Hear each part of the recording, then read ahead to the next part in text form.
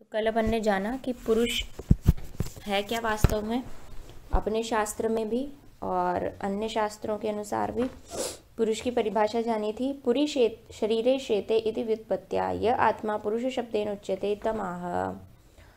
फिर पुरुष से हमने ये भी समझा था कि सिर्फ हम पुरुष के कैटेगरी में नहीं आते, जितने भी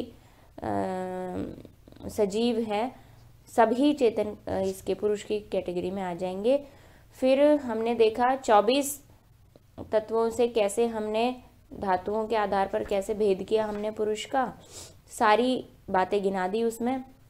जिसमें एक डाउटफुल जो चीज़ आई थी प्रकृतिश्चाष्ट धातु की, अष्ट धातु की प्रकृति, उसमें टीका में ख आदि को लिख दिया था क्योंकि अर्थों को उन्होंने पहले मिला दिया। तो यहाँ ऐसा होना नहीं चाहिए, इसका एक्सप्लेनेशन आज आएगा। जबकि होना यहाँ क्या चाहिए था, शब्द स्पर्श रूप अर्थ प्रकृति में आने चाहिए थे, महाभूत दूसरी तरफ आ सकते थे।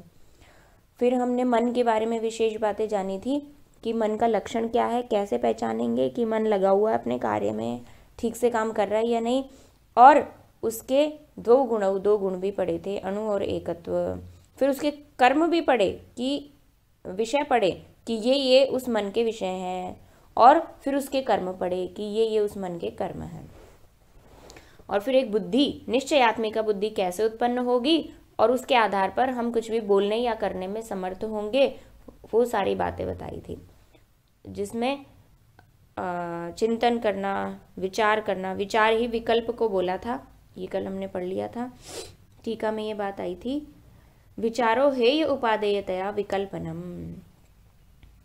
फिर ध्येय क्या होता है, संकल्प क्या होता है, ये सब हमने कल अच्छे से पढ़ा था। ऊहा, विचार, सब कुछ पढ़ चुके। अब आगे चलते हैं। कहते हैं एकैकाधिक युक्तानि खादीनाम इंद्रियाणि तु पंचकर्मानुमेयानि येभ्यो बुद्धि प्रवर्तते।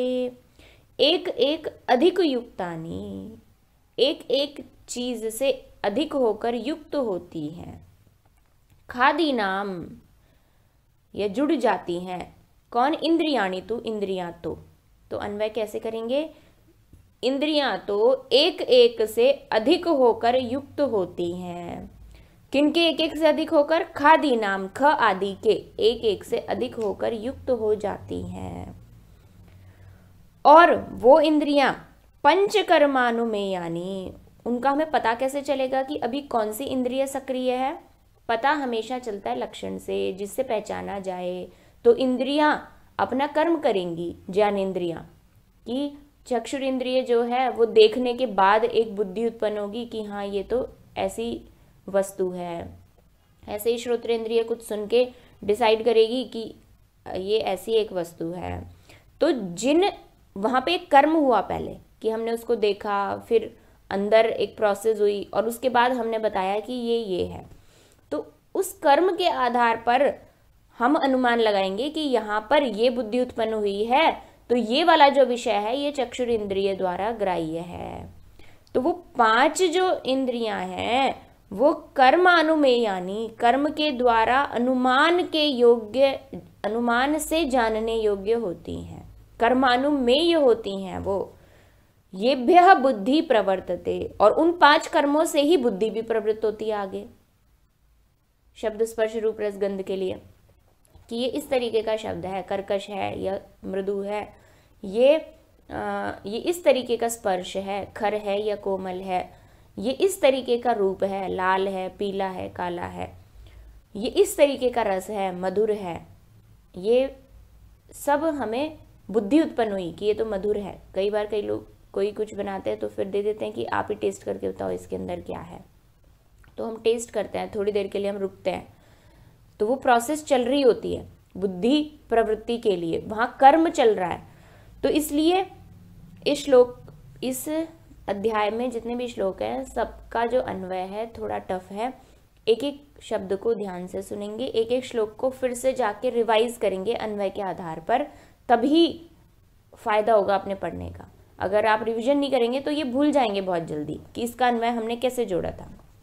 एक बार फिर बता रही हूँ, ख इंद्रियाणि एकैकाधिक युक्तानि, इंद्रियां एक एक से अधिक होकर युक्त होती हैं। किनके एक एक से अधिक होकर युक्त होती हैं? खादी नाम, ख आदि के एक एक से इंद्रियाणि ख आदि नाम एक एकाधिक युक्तानि भवन्ति। यहाँ पे बात पूरी हो गई।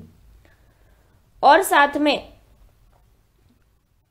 वो जो इंद्रियां हैं वे पंच कर्मानुमेयानि, तानी इंद्रियाणि, वे इंद्रियां पंच कर्म से अनुमेय हैं। ये दूसरी बात पूरी हो गई। कैसे पंच कर्मों से, कैसे 5 कर्मों से अनुमेय हैं? वो 5 कर्म जिनसे, जिन कर्मों के फल के रूप में एक एक बुद्धि उत्पन्न होगी। येभ्यः बुद्धि प्रवर्तते तानि इंद्रियाणि पंच कर्म अनुमेयानि भवन्ति। येभ्यः बुद्धि प्रवर्तते, येभ्य यानी जिन कर्मों से बुद्धि प्रवृत्त होती है, उन कर्मों से अनुमेय है कौन? वो इंद्रियां। तो ये बात भी पूरी हो गई अपनी। अब यहाँ पे कोई प्रश्न है आपका? इन्होंने बोला ख आदि इंद्रियाणि एक एकाधिक युक्तानि ख आदि नाम। ख आदि के एक एक से अधिक होकर युक्त होती हैं इंद्रियां। तो नीचे टीका में देखिए, यद्यपि च सांख्ये अहंकारिकाणि इंद्रियाणि। जब हम वो फ्लो चार्ट देखते हैं तो अव्यक्त, महान, फिर अहंकार, फिर सात्विक, राजसिक, तामसिक, 3 भेद हो गए उसके। तामसिक और राजसिक से मिलके फिर आगे तन्मात्राएं, महाभूत वगैरह बन गए, और सात्विक राजसिक से इंद्रियां बन गई। तो कहते हैं वहां तो आपने बोला अहंकार से बनते हैं इंद्रियां, और यहां आप बोल रहे हो पंच महाभूतों से इंद्रियां बनती हैं। एक एक से अधिक होकर इंद्रियां बनती हैं। ख आदि से एक एक से अधिक होकर इंद्रियां बनती है। 1 मिनट। तो एकैकाधिक युक्तानि खादी नाम इंद्रियाणि तु पंच कर्मानुमेयानि येभ्यो बुद्धि प्रवर्तते। यहाँ आपने बोल दिया कि भाई ख आदि से युक्त होती हैं इंद्रियां, तो जबकि ऐसा कैसे संभव है? तो टीका में कहते हैं येभ्य बुद्धि प्रवर्तते इति यानी बुद्धि इंद्रियाणि तानी इमानी पंच इति दर्शयति। यानी ये 5 हैं, 5 प्रकार की बुद्धियां प्रवृत्त होंगी। उसके आगे अब वाला प्रकरण कहते हैं यद्यपि च सांख्ये आहंकारिकाणि इंद्रियाणि यदुक्तम सात्विक एकादशकः प्रवर्तते वैकृताद अहंकारात्, जो बात अभी अपन ने हिंदी में डिस्कस की, इति तथापि मतभेदात् भौतिकत्वम इंद्रियाणाम जेयम। कहते हैं सांख्य लोगों का मत बिल्कुल ठीक है, लेकिन मतभेदात् यानी दूसरे मत से, मतभेदात् यानी भिन्न मत से हम उन इंद्रियों का भौतिकत्व भी जानना चाहिए, क्योंकि हमें तो चिकित्सा करनी है। वहां पे वो लोग उनको सात्विक, राजसिक, अहंकार से उत्पन्न हुआ इसलिए बोलते हैं क्योंकि वो आध्यात्मिक लेवल की बात करते हैं और वो इंद्रियों के सिर्फ ज्ञान ग्रहण करने को इम्पोर्टेंट मानते हैं। लेकिन हमें यहाँ चिकित्सा करनी है, और चिकित्सा भी करनी है 5 महाभौतिक द्रव्यों से। तो इसलिए हमें उनको एक बार भौतिक मानना पड़ेगा उत्पत्ति के आधार पर। ज्ञान के आधार पर तो वो सात्विक अहंकार से ही उत्पन्न होंगी, लेकिन दूसरे भेद से उन इंद्रियों का भौतिकत्व जो है जानना चाहिए। किंवा औपचारिकम एतद भौतिकत्वम। कहते हैं ये जो भौतिकत्व है ये औपचारिक है, यानी एक बार के लिए हम मानेंगे, अपने शास्त्र के लिए हम मानेंगे ताकि हम अपने कार्य को पूर्ण कर सकें जो हम चाहते हैं, चिकित्सा। तो एतद भौतिकत्वम इंद्रियाणाम औपचारिकम ज्ञेयम उपचार बीजम च यद्गुण भूयिष्ठम यदिंद्रियम गृह्णाति तत्तद भूयिष्ठम इति उच्यते। कहते हैं उपचार बीजम, किसी भी वस्तु में किसी चीज का उपचार कैसे किया जाता है? जिस गुण से अधिक उसको माना जाता है उसके आधार पर ही इंद्रियम गृह्णाति, इंद्रिय भी वैसी वैसी ही मानी जाएगी। तो इसलिए उससे अधिक वाली है ये इंद्रिय, ऐसा बोलेंगे। जैसे चक्षु तेजो गृह्णाति, नेत्र जो है वो तेज को ग्रहण करता है, इसलिए उपचार के आधार पर हम कह सकते हैं कि इसमें तो अग्नि अधिक है, या फिर ये अग्नि से प्रधान रूप में अग्नि से बनी है, तेन तैजसम उच्यते इत्यादि जेयम। तो इस बात को, ये एक्सप्लेनेशन हमें याद होना चाहिए कि ये टीका में है। ये एक बहुत बड़ा सवाल है कि इंद्रियां भौतिक हैं या फिर इंद्रियां अहंकारिक हैं, अहंकार से उत्पन्न होती हैं। क्योंकि इस श्लोक से ये प्रश्न उठता है, एक एकाधिक युक्तानि खादीनाम इंद्रियाणि तो पंच कर्मानुमेयानि येभ्यो बुद्धि प्रवर्तते। अब आगे चलते हैं। हस्तौ पादौ गुदो। अच्छा, ये इसका वर्णन क्यों कर रहे हैं? जो ऊपर श्लोक हमने देखा था कि पुरुष कतिधा पुरुषो धीमन धातु भेदेन भिद्यते, तो पहले पुरुष ही बताया था उन्होंने। अब धातु भेद से पुरुष कितने प्रकार का होता है, तो पुरुष को तो पूरा एक्सप्लेन करेंगे ना। उस पुरुष में सबसे पहले क्या बताया था?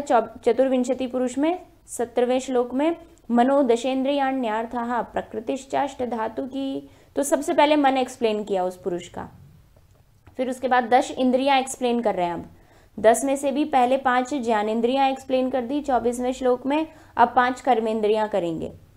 और फिर उसके बाद 10 इंद्रियां फिर अर्थ बताएंगे और अष्ट धातु की प्रकृति बताएंगे। तो कतिधा पुरुषो धीमन धातु भेदेन विद्यते, इसी का जवाब दे रहे हैं अभी तक। जब तक पूरा पुरुष नहीं समझा देंगे, पुरुष जिन 24 तत्वों से बना उन 24 तत्वों को नहीं समझा देंगे, तब तक अगले सवाल पर नहीं जाएंगे। तो अब आ गई कर्मेंद्रियां, बची 5 इंद्रियां और।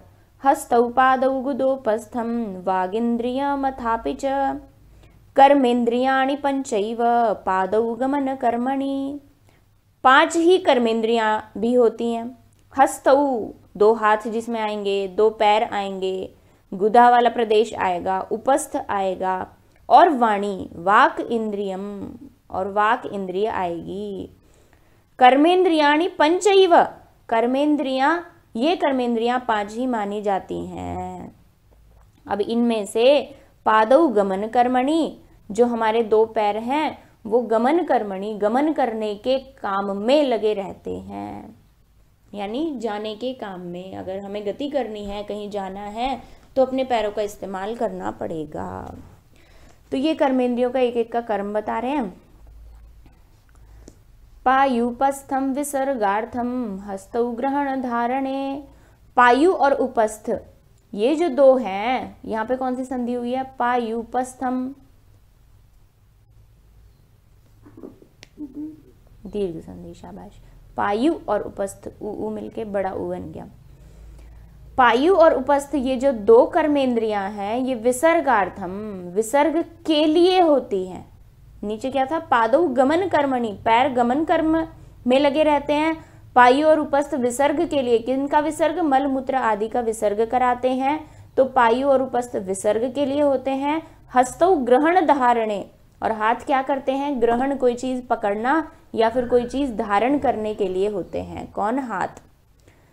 जिह्वा वाग इंद्रियम, जिह्वा जो जीभ है वो वाग इंद्रिय है। वाग इंद्रिय, जो हमारी जीभ है वो वाग इंद्रिय ही है। और वाक्च, अब सबके कर्म बता रहे थे, तो वाणी का कर्म क्या है?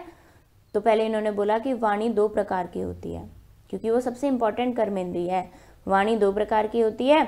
सत्या ज्योति ही, अगर वो वाणी सत्य स्वरूप है तो वो ज्योति कराने वाली होगी। ज्योति यानी नीचे लिखा धर्म कर्तृत्वेन उभय लोक प्रकाशकारित्वात्। अगर हम अपनी जिह्वा का प्रयोग अच्छे कामों में करेंगे, जैसे अभी हम शास्त्र पढ़ने में कर रहे हैं, तो ये एक पुण्य का काम है। तो अगर हम ऐसे काम करेंगे, हम आयुर्वेद पढ़ाएंगे, आयुर्वेद के बारे में लोगों को जागरूक करेंगे, यानी अच्छे कामों में हमारी जिह्वा अगर प्रवृत्त होगी तो हमारे पुण्य कर्मों का संचय होगा। और पुण्य कर्मों का संचय होगा तो एक तो इस लोक में भी हमें यश मिलेगा, इस लोक में भी हमारी उन्नति होगी, और एक अगले जन्म में भी होगा। तो इसलिए जो जिह्वा है ना, वो धर्म कर्तृत्वेन, क्योंकि वो धर्म कराती है, इसलिए वो जिह्वा उभय लोक प्रकाशकारिणी है। जिह्वा धर्म करा रही है हमसे। हम कुछ अच्छा बोल रहे हैं तो उसके प्रतिफल, उसका जो फल है वो धर्म के रूप में ही निकल के सामने आएगा। तो धर्म कर्तृत्वेन, धर्म कराने के कर्तृत्व होने के कारण उस जिह्वा में, वह जिह्वा उभय लोक प्रकाशकारी होती है, अगर वो जिह्वा सत्य स्वरूप है तो, अगर हम सही बातें कर रहे हैं तो। तमो अनृता, और अगर वही जिह्वा जो है अनृत स्वरूप है तो वो तम का सूचक है, यानी फिर वहां धर्म नहीं होगा, अधर्म होगा, और उस अधर्म के कारण दोनों जन्मों में हमें अपयश मिलेगा या कुछ उसका फल भुगतना पड़ेगा अगर हमारे गलत कर्म है तो जिह्वा वाक, ये लाइन इंपॉर्टेंट है, जिह्वा वाग इंद्रियम वाक्च सत्या ज्योतिस्तमोनृता। फ्लो में पढ़ते हैं हम तो इसका अन्वय कई बार नहीं कर पाते। जिह्वा वाग इंद्रियम, यहाँ पे एक बात पूरी हो गई, वाक्च सत्या, और वाणी कैसी होती है, वाक्च सत्या ज्योति ही, सत्यवाणी ज्योति रूप होती है, और वाक्च तमो अनृता, अनृता वाक तमो, अनृत वाक जो होती है वो तम स्वरूप होती है। आगे चलते हैं। अब कहते हैं महाभूतानि खम वायुरग्निरापः क्षितिस्तथा शब्दः स्पर्शश्च रूपं च रसो गन्धश्च तद्गुणः। महाभूतानि, महाभूत जो होते हैं, खम वायुरग्निरापः क्षितिस्तथा, इंद्रियां बता दी 10, मन पहले ही बता के आ चुके, तो मनोदशेन्द्रियाणि, यहां तक की बात पूरी होगी 17वें श्लोक की। अब आते हैं अर्थ के ऊपर।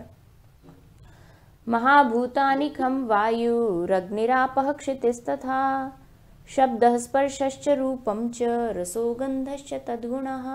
एक साथ बता दिया, किस किस को, महाभूत को और अर्थ को, उनके विषयों को। तो यहाँ अपना शास्त्र क्या है कि पंच महाभूत और शब्दों को अलग नहीं मानता। वैसे तो जैसे यहाँ पे इन्होंने इंद्रियों में ख आदि को की अधिकता दिखा के उनको भौतिक बनाया, ऐसे ही शास्त्र में जो है वो शब्द स्पर्श रूप रस गंध के लेवल पे बात नहीं करनी हमें, अपने शास्त्र में पंच महाभूत के लेवल पे करनी है, क्योंकि चिकित्सा उन्हीं से संभव है वापस से। तो इसलिए पंच महाभूतानि, 5 महाभूत क्या है, खम आकाश, वायु, तो इसका मतलब खम के रूप कैसे चलेंगे, कैसा शब्द है ये, खम वायुरग्निरापः, वायु अग्नि ही, अग्नि पुल्लिंग का रूप है या कैसा है,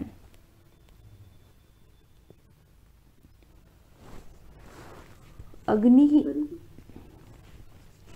पुल्लिंग का रूप है ये, अग्नि इकारांत पुल्लिंग, विशेष तरीके के रूप चलेंगे इसके, स्त्रीलिंग नहीं समझेंगे हम इसको इकारांत के कारण। आपह ऐसे ही जल भी, क्षितिज तथा और पृथ्वी, ये स्त्रीलिंग में हो जाएगी। तो महाभूत ये 5 होते हैं, आकाश वायु अग्नि जल और पृथ्वी, शब्द स्पर्श रूप रस और गंध तत्गुणः, उसके गुण होते हैं, यानी इन महाभूतों के गुण होते हैं। अब इसकी टीका पढ़ते हैं। कह रहे हैं संप्रति उद्देश्य क्रमानुरोधात अर्थे अभिधातव्ये। उद्देश्य क्रम क्या था हमारा, उद्देश्य यानी नाम मात्रेण वस्तु संकीर्तनम उद्देश्यः। 17वें अध्याय में उद्देश्य किया गया है, मनोदशेन्द्रियाण्यर्थः प्रकृतिश्चाष्ट धातु की, उद्देश्य किया था ना। तो उद्देश्य तो हमारा ये था कि उसी क्रम में, मतलब उद्देश्य वाले क्रम में ही एक्सप्लेन करना चाहिए था, तो उसके हिसाब से पहले अर्थ आया। तो कहते हैं संप्रति उद्देश्य क्रमानुरोधाद अर्थे अभिधातव्ये अर्थानाम प्रकृति ग्रहण गृहीत पंचभूत गुणतया पराधीनत्वाद अष्ट धातु प्रकृति गृहीतानि भूतानि एव तावदाह महाभूतानि। ये जो अर्थ है ये पराधीन है, कैसे, अष्ट धातु प्रकृति गृहीतानि भूतानि एव, जो अष्ट धातु मतलब अष्ट धातु वाली जो प्रकृति बताई है ना, इसी के अंदर इन अर्थों का समावेश होता है, और वो जो अर्थ हैं वो एक तरीके से भूत आदि में ही समाविष्ट हो जाते हैं। महाभूत उसका स्थूल स्वरूप है, शब्द आदि उसका सूक्ष्म स्वरूप है, जिसमें शब्द आदि प्रकृति रूप हैं और महाभूत जो है विकृति रूप हैं।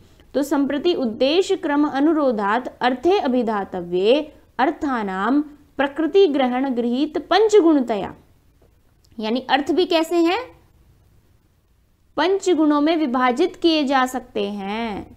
प्रकृति ग्रहण गृहीत यानी वो उनकी प्रकृति के आधार पर वो किस किस अर्थ को ग्रहण कर सकते हैं, उनमें जो गुण अधिक होगा उसी अर्थ को तो वो ग्रहण करेंगे। तो इसलिए अर्थानाम, यहाँ से बात शुरू हो रही है, अर्थानाम प्रकृति ग्रहण गृहीत पंचभूत गुणतया पराधीनत्वात्। तो वो अर्थ पराधीन है, वो अकेले होके काम नहीं करेंगे, पंच महाभूतों में वो समाविष्ट होंगे और फिर कार्यों की प्रवृत्ति होगी। तो इसलिए अष्ट धातु प्रकृति गृहीतानि भूतानि एव। तो असल में यहाँ पे महाभूत ही आने चाहिए, मतलब वहाँ क्रम थोड़ा उल्टा पुल्टा कर दिया और हमें महाभूतों को फोकस करके ही पढ़ना है, क्योंकि पंच महाभूत से ही चिकित्सा जो है वो संभव है। आगे कहते हैं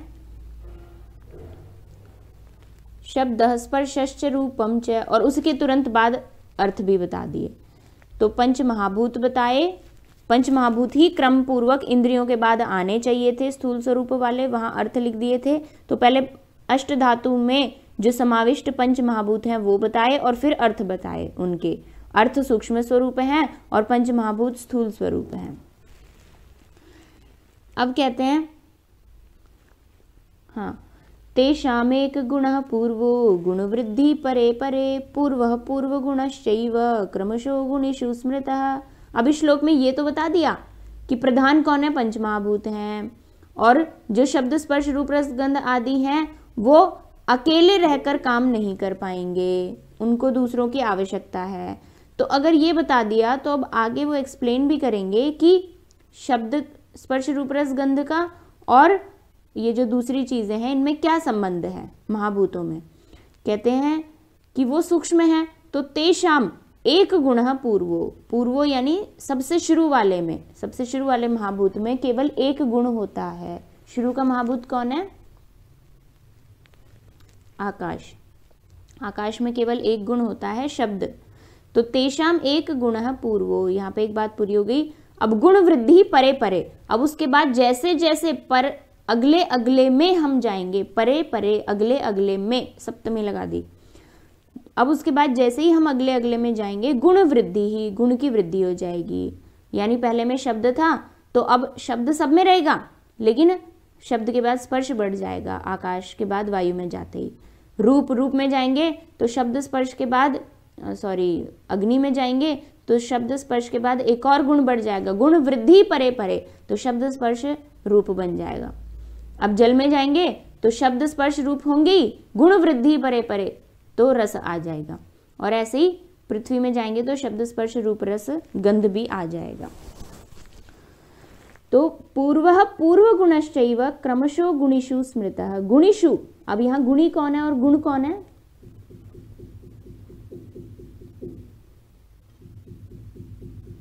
गुणी कौन है और गुण कौन है? गुण तो तन्मात्राएं होंगी और गुणी हो गए पंच महाभूत जिनमें वो गुण रह रहे हैं।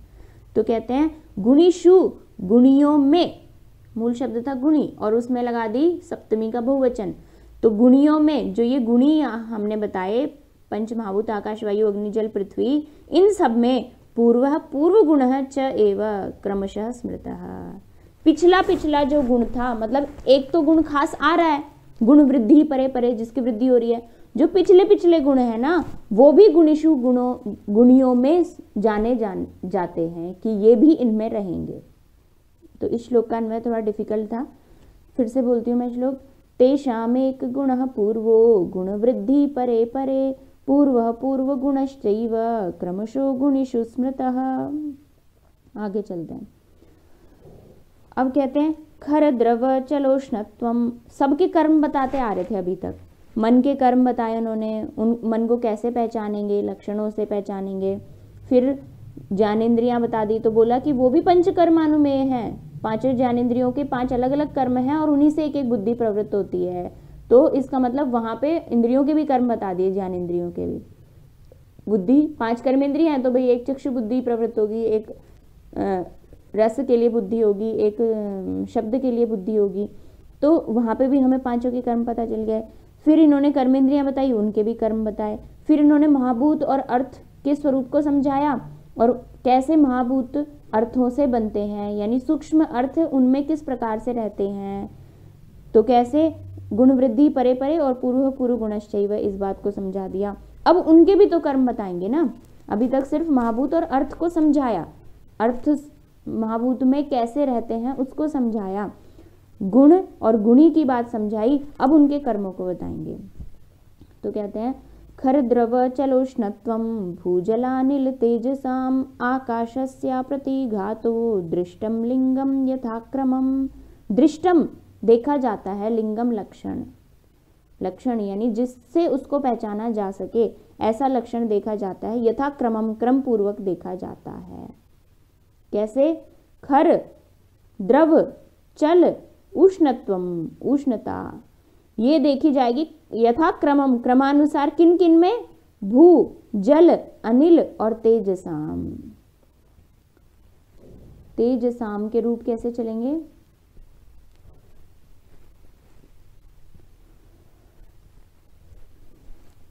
कल आप देख के बताना। ये तेजसाम कौन सी विभक्ति का कौन सा वचन है?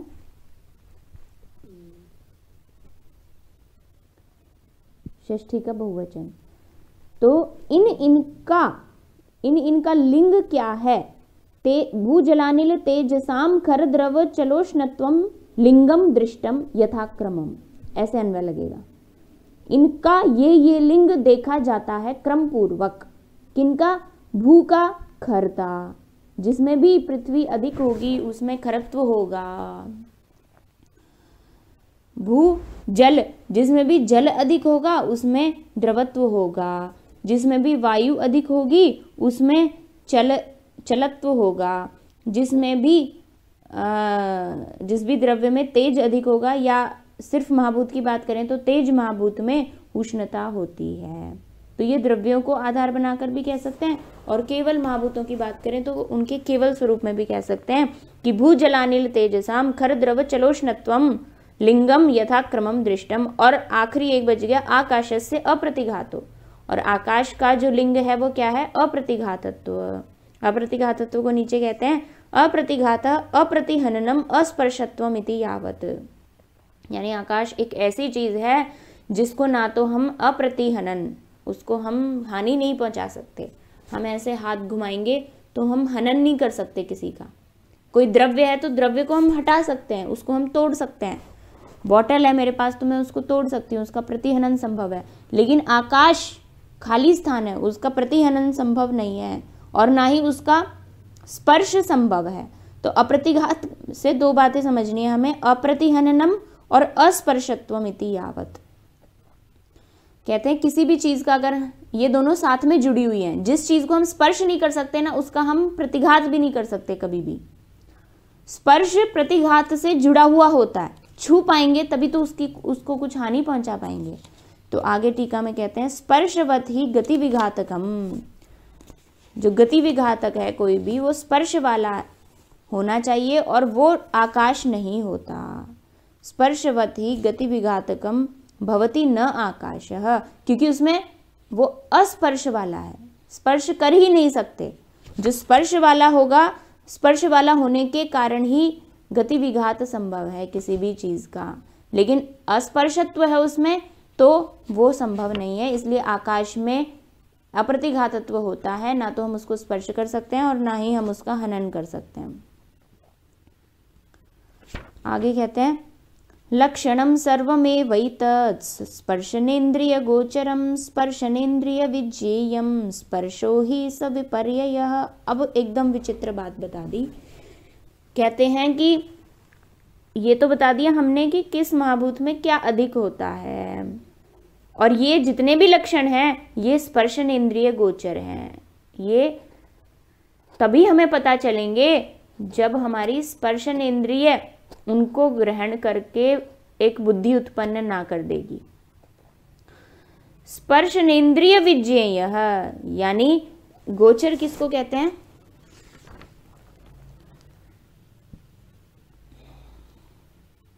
गोचर, गोचर पर्यायवाची किसका है वैसे?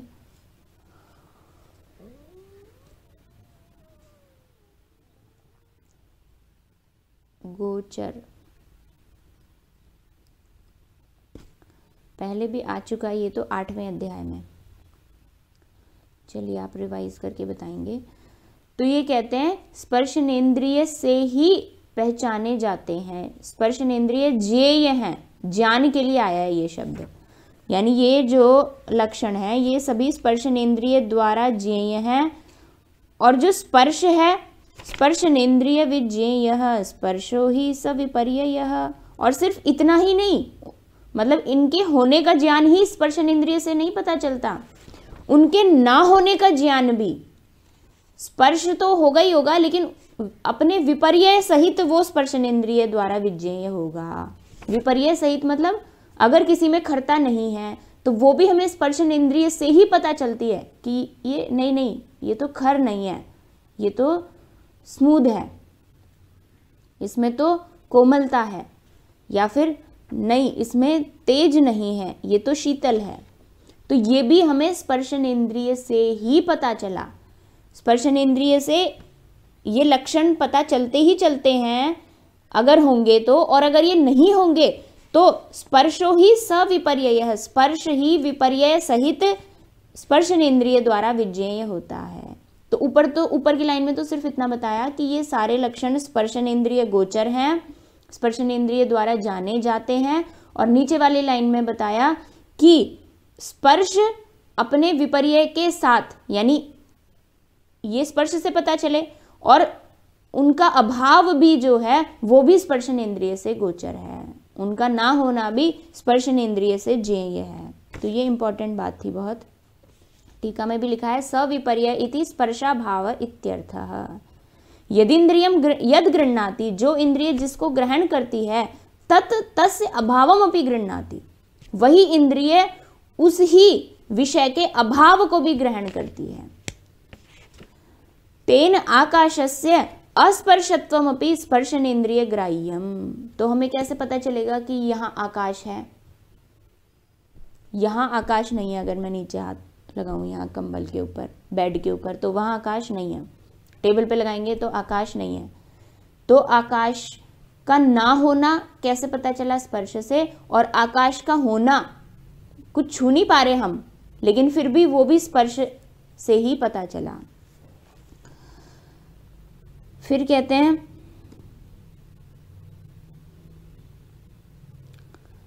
हाँ, तो ये इंपॉर्टेंट बात थी, एक बार इसको आप रिवाइज कर लीजिए। फिर से पढ़ती हूँ मैं ये श्लोक, थोड़ा डिफिकल्ट हो जाएगा जब आपको इसका एक बार आज आप रिवाइज करो, फिर हम कल इसकी टीका फिर पढ़ेंगे ताकि डिफिकल्ट ना लगे। शुरू वाले दिन में क्या है कि हम इसके अन्वय में ही रह जाते हैं, सच में टफ चैप्टर है ये। तो उसके बाद हम कॉन्सेप्ट को भी समझेंगे, जैसे कल हमने पुरुष का समझा था, बहुत सारी चीज़ों का समझा था। तो धीरे धीरे टीका को हम बढ़ाते जाएंगे। फिर से शुरू से पढ़ती हूँ मैं जो आज अपन ने पढ़ा, ताकि लिंक्स बना लें। एकैकाधिक युक्तानि खादीनामिन्द्रियाणि तु पंचकर्मानुमेयानि येभ्यो बुद्धि प्रवर्तते हस्तौ पादौ गुदोपस्थं वागिन्द्रियमथापि च कर्मेन्द्रियाणि पंचैव पादौ गमनकर्मणि पायुपस्थं विसर्गार्थं हस्तौ ग्रहणधारणे जिह्वा वागिन्द्रियं वाक् च सत्या ज्योतिस्तमोनृता महाभूतानि खं वायुरग्निरापक्षितिस्तथा शब्दस्पर्शं च स्पर्शश्च रूपं च रसो गन्धश्च तद्गुणः तेषामेकगुणः पूर्वो गुणवृद्धि परे परे पूर्वः पूर्वगुणश्चैव क्रमशो गुणेषु स्मृतः खरद्रवचलोष्णत्वं भूजलानिलतेजसाम् आकाशस्याप्रतिघातो दृष्टं लिङ्गं यथाक्रमं लक्षणं सर्वमेवैतत् स्पर्शनेन्द्रियगोचरं स्पर्शनेन्द्रियविज्ञेयः स्पर्शो हि स विपर्ययः गुणः शरीरे गुणिनां निर्दिष्टाश्चिन्नमेव च। गुणः, गुण यानी शब्द आदि गुण। शरीरे, अब शरीर में कैसे पहचानेंगे इनको? गुणिनाम, गुणियों के ही ये गुण बताए जाते हैं। निर्दिष्टा, चिन्हमेव च, और लक्षण भी। तो शरीर में ये गुण जब भी हमें देखने हैं तो हम इन गुणों को नहीं पहचान सकते, हम गुणी को पहचान सकते हैं जिन जिन में ये रहते हैं। तो शरीर में अगर इनको देखना है तो उसका तरीका है कि हम गुणी को पकड़ लें, यानी जिसके अंदर जो गुण रहता है हम उसको पहचान लें। तो निर्दिष्टाश्चिन्नमेव च, ये बात खत्म हो गई। आगे कहते हैं अर्थः शब्दादयो ज्ञेया गोचरा विषया गुणाः। अर्थाः शब्द आदयः ज्ञेया, अर्थ हमें शब्द आदि ही जानने चाहिए, और गोचरा विषया गुणाः, और वो गोचर होते हैं, गोचर यानी वो फिर से ज्ञेय होते हैं, जिनको हम जान सकते हैं। वो क्या है? उनके विषय रूप में बने हुए होने पर वो गोचर होते हैं, और वही गुण भी होते हैं। तो अर्थात शब्दादयो ज्ञेया गोचरा विषया गुणा। तो गोचरा शब्द किसके लिए आया है?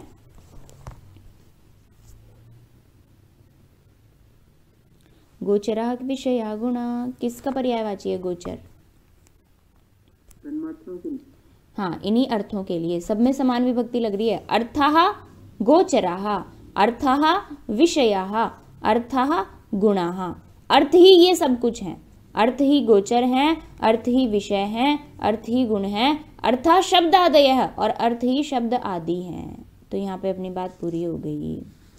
और ऊपर का इस पे लगा लेना है, क्योंकि भूल जाते हैं हम कैसे हमने अन्वय किया। ऊपर वाले में गुणः शरीरे गुणिनाम निर्दिष्टः, शरीरे गुणः गुणिनाम निर्दिष्टः, चिन्हम एव च गुणिनाम निर्दिष्टः। तो ये दोनों बातें थोड़ी सी डिफरेंट थी। गोचर, गो कहते हैं इंद्रिय को, और चर मतलब विचरण करना। तो गोचर शब्द इसके लिए आ जाएगा। अर्थात शब्दादयो ज्ञेया गोचराः, तो अर्थ क्या है? गोचर है, इंद्रियों में रहते हैं, ज्ञानेंद्रियों में ही तो रहेंगे ना। शब्द को कौन ग्रहण कर सकता है? कर्णेंद्रिय, स्पर्श को त्वगेंद्रिय, रस को रसनेंद्रिय। तो ये गोचर हैं, ये इंद्रियों में ही विचरण करते हैं। तो जिसमें जिसकी अधिकता होगी वो उसी का ग्रहण भी करेगा आगे जाके। शब्द स्पर्श रूप रस गंध, और ये महाभूतों से होते हैं।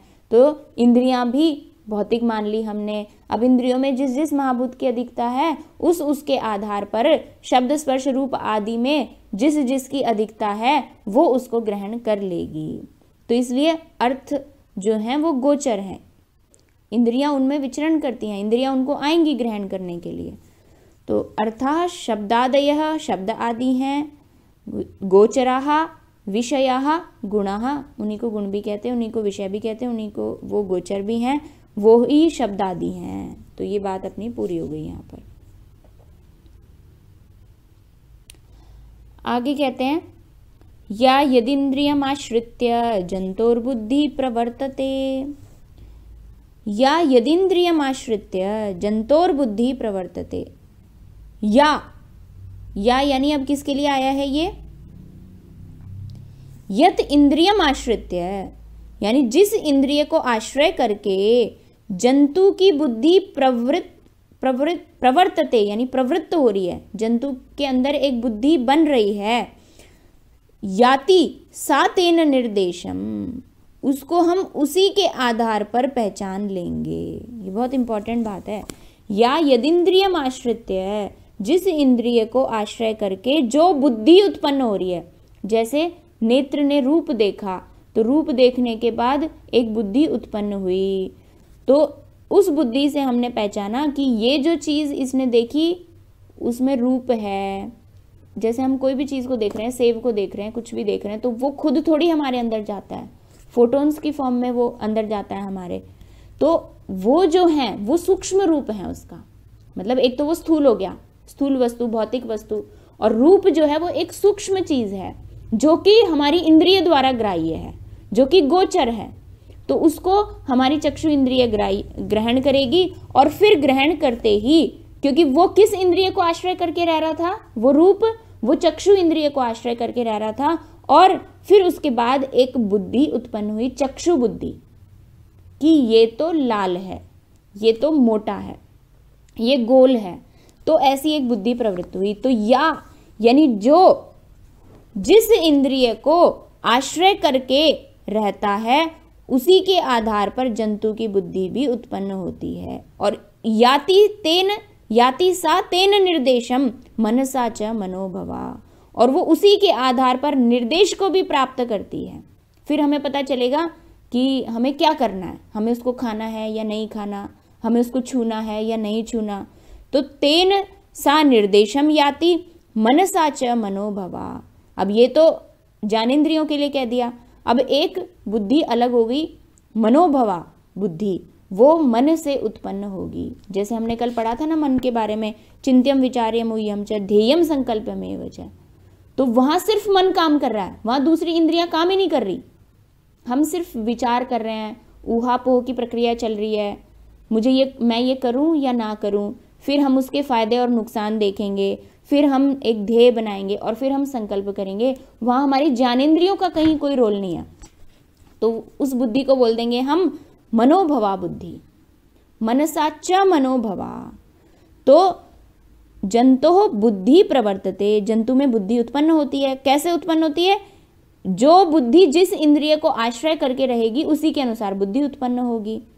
याति सा तेन निर्देशम, और उसी से वो निर्देश को प्राप्त करेगी कि तुम्हें ये करना है। जैसे मन ने किया सारा काम, तो जो बुद्धि उत्पन्न होगी मन ही उसको निर्देश देगा।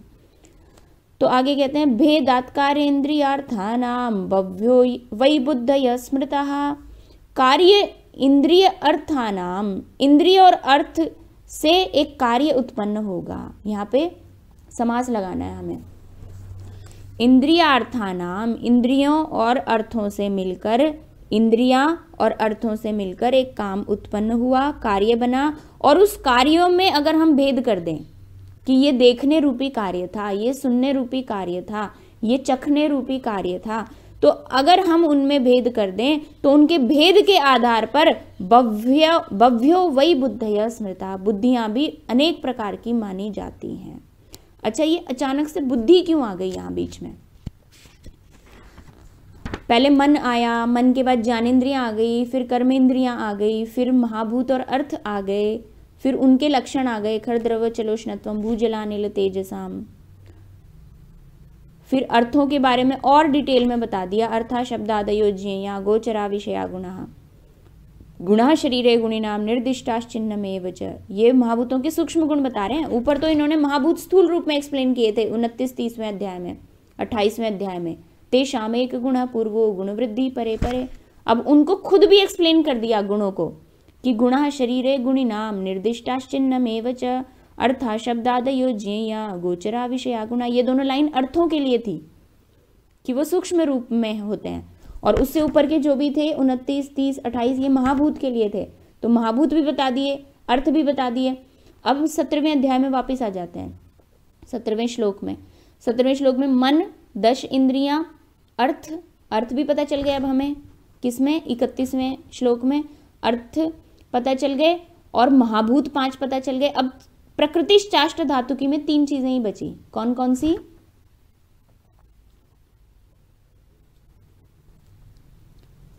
प्रकृतिश्चाष्ट धातुकी में सिर्फ 3 चीजें बची हैं। अब पुरुष को एक्सप्लेन कर रहे थे ना ये, कौन कौन सी 3 चीजें बची हैं अष्ट धातु की प्रकृति में? 5 अर्थ मान लिए हमने, शब्द स्पर्श रूप रस गंध। सूक्ष्म, अव्यक्त, महान और अहंकार। तो अब उसमें से जो महत तत्व है, बुद्धि तत्व है, अव्यक्त तो हम जान के आ गए आत्म रूप है, आगे बता भी देंगे उसको और भी, लेकिन पहले महत तत्व को बता रहे हैं। ये महत क्या है, बुद्धि क्या है?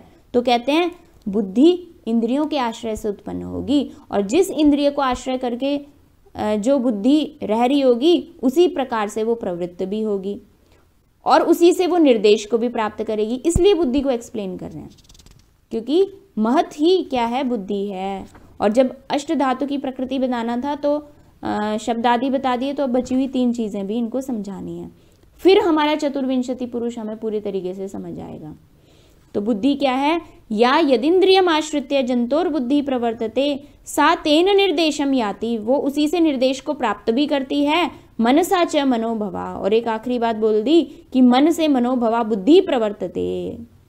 और ये बुद्धियां उत्पन्न कैसे होती हैं?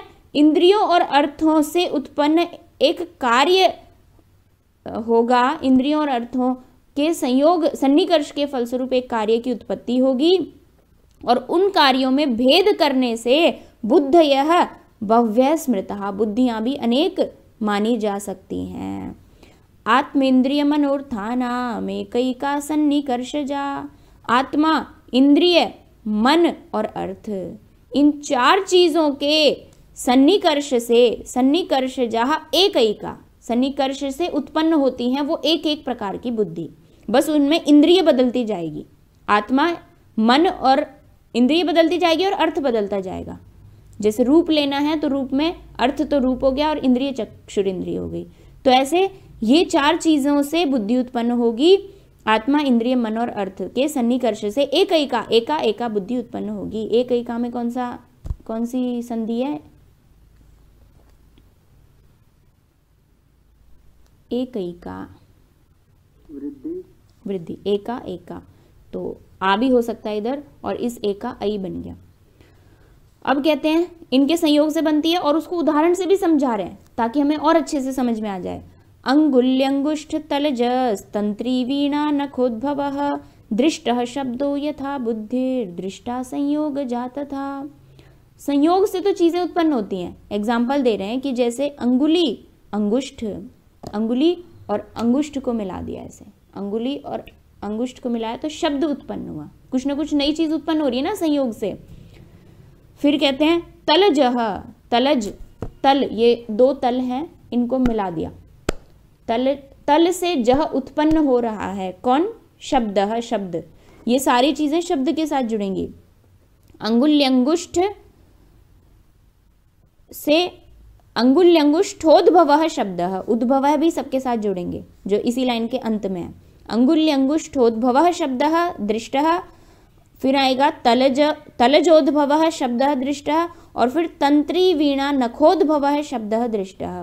तंत्री, वीणा, वीणा होती है, उसके अंदर तार होते हैं बहुत सारे, तो उस तंत्री से, वीणा से और नख, अब वो अकेले भी नहीं बज सकते, हमें अपना नाखून हल्का सा टच करते ना बस ध्वनि निकालने के लिए, तो यहाँ नख शब्द आ गया। तंत्री से, वीणा से और नख के नखोद्भव शब्द दृष्ट है, यानी इन सब से उत्पन्न होता हुआ भी शब्द देखा जाता है। तो जब इतनी चीजों के संयोग से शब्द बन सकता है तो आत्मा, इंद्रिय, मन और अर्थ के संयोग से बुद्धि नहीं बन सकती क्या? जब उनका संयोग होगा तो एक नई चीज उत्पन्न होगी। तो संयोग जा बुद्धि दृष्टा तथा, जैसे जैसे यथा, यथा यानी जैसे यथा अंगुल्यंगुष्ठ तलजस तंत्री वीणा नखोद्भव शब्द दृष्ट तथा संयोगजा बुद्धि अपि दृष्टा, उसी प्रकार से 4 चीजों के संयोग से बुद्धि भी उत्पन्न होती है, ऐसा देखा जाता है। तो यहाँ पे अपनी बात पूरी हो गई, बुद्धि तत्व तक समझ लिया। अब हमारे 2 ही चीजें बची हैं, एक अहंकार बचा है और एक आत्मा बची है। अहंकार और आत्मा, बाकी हमने अब आत्मा के बारे में तो पूरे अध्याय में ही पढ़ेंगे। अब हम आगे पुरुष के बारे में, कौन सा पुरुष? आत्मा रूपी पुरुष। और थोड़ा बहुत अहंकार के बारे में हो सकता है। अहंकार, मैं की भावना, तो देखते हैं कितना एक्सप्लेन करते हैं ये आगे, फिर हमारा चतुर्विंशति पुरुष पूरा होगा। आज के लिए इतना ही है। एक बार आप इनके अन्वय देख लेना, तो इसमें कुछ टीकाएं और इम्पॉर्टेंट हैं, बहुत अच्छी हैं। जैसे ये 30th श्लोक है ना, इसकी टीका ये थोड़ी जटिल थी, आज हमने नहीं ली, कर लेंगे, लेकिन पहले आप रिवाइज कर लेना। ये टीका बहुत अच्छी है। 31वें की टीका भी बहुत अच्छी है। फिर 32 वाले में तो सामान्य चीज़ें ही हैं ज़्यादातर, लेकिन 30 की हमें पढ़नी चाहिए टीका, और इधर हमने 28 और 27 की टीका पढ़नी चाहिए। तो इसको हम फिर से लेंगे वापस से, एक बार कॉन्सेप्ट क्लियर हो जाए, आप रिवाइज कर लीजिए, फिर देखेंगे इसको। आप कोई प्रश्न हो तो पूछ सकते हैं।